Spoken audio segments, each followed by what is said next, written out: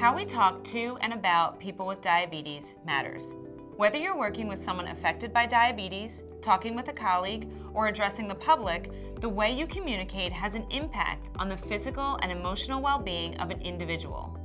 Some words can empower and change perception or behavior, but others can express bias or cause stress that impacts overall care, even if they are used unintentionally.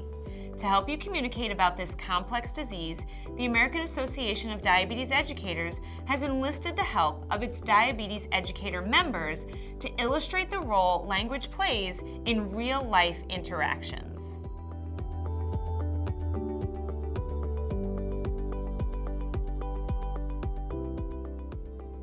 A pillar of good communication in diabetes care is using language that is neutral, non-judgmental, and based on actions and facts.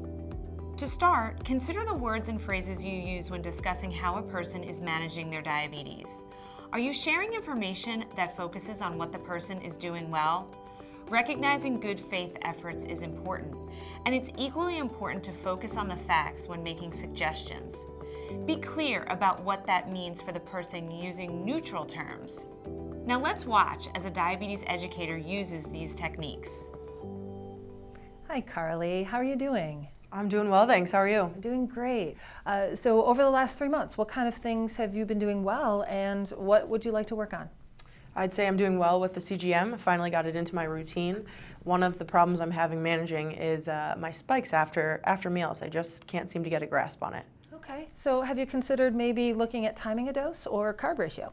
The issue is probably timing. Okay, so technically we should be dosing 5 to 15 minutes before the meal, but what would you like to work on, to at least just start dosing before the meal? I would say 15's not very realistic for me, but 5 is definitely somewhere we can start. Okay, so I'd say let's start there, and then we can reassess in a week if the carb ratio needs to be changed. Sounds great. Wonderful.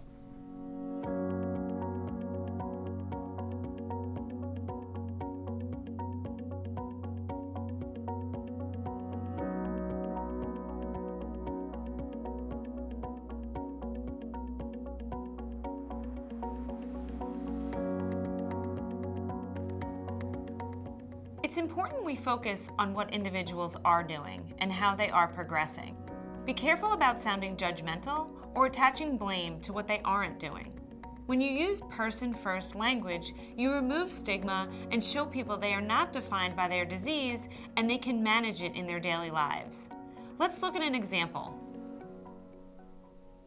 Hi Ricky, how are you today? I'm doing okay, Sheila. How you doing? I'm doing great. So the last time we met, we talked about you increasing your fruits and vegetables and being able to take them to work with you. How did that work last week? Worked out okay, actually. After class, I went to the store and bought me some measuring cups, some Ziploc bags, and I started measuring my fruits out in the cups and Ziploc bags and take it with me now. So that's really great. So now you are measuring out your fruit for your serving size, putting them in a Ziploc bag, and then you're able to take it to work and you're able to have easy accessibility to your fruit. Right. Well, that was a great idea and a great plan, so I'm glad it's working out for you. It works out pretty well.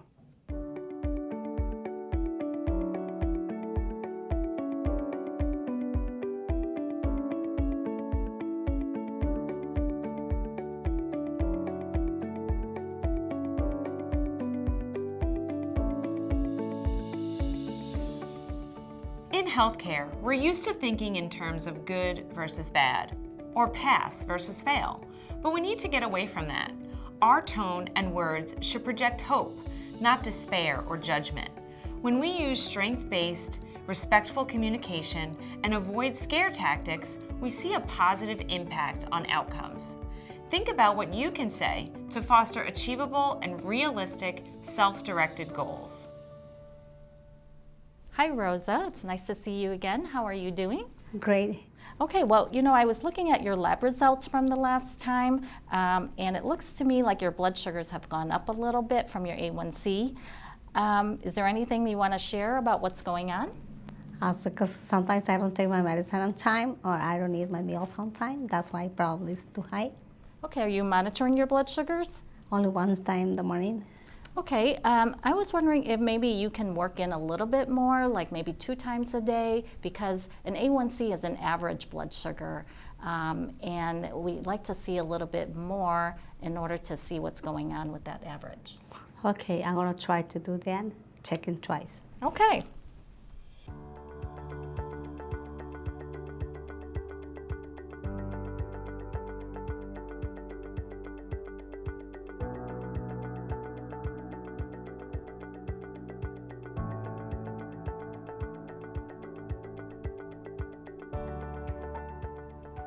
When providing care, it's important that the individual feels like you're on their side, that you're their partner, coach, and cheerleader.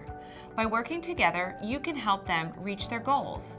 So how can you foster collaboration? To start, take the focus off you, the provider, and instead use language that gives credit to the individual for what they've accomplished. Avoid words and statements that are directives, because these can be perceived as patronizing. Use words that build on their strengths and their right to make their own decisions. Let's watch as our last pair collaborates to achieve success. Hi Janine, how are you doing? I've been doing fine. It's so good to see you again. Thank you. Last time you were here, we were talking about treating low blood sugars. How has that been going for you? When I'm at home, there are too many choices, but when I'm not at home, I have tablets with me, and I know to take a tablet right away. So when I'm home and there's cake, cookies, something else that I might want, that's where it gets difficult. Well, it's good that you have the tablets and that works well when you're away from home. And it sounds like there's some tempting choices at home and not thinking clearly with the low blood sugar. Could you try to use the tablets at home so that you don't have to try to make decisions in the moment? Would that be helpful? That would be a good idea to do. Not always easy, but it would be the right idea. Great. Well, let's try that and see how it works. Okay, thank you.